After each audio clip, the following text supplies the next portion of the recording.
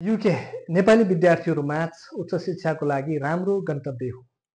युकेमा अध्ययनको लागि IHS fee, visa fee, tuition fee र सँगसँगै पाउन्डको एक्सचेन्ज रेटले गर्दा महँगो पर्न जान सक्छ, जसले गर्दा युके पुग्दासम्म विद्यार्थीले ठुलो रकम लगानी गर्नुपर्छ।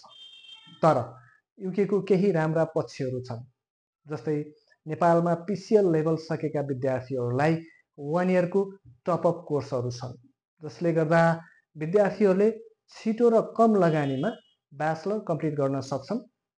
त्यसपश्चात पोस्ट स्टडी वर्क अप्लाई गर्न पाउँछन्।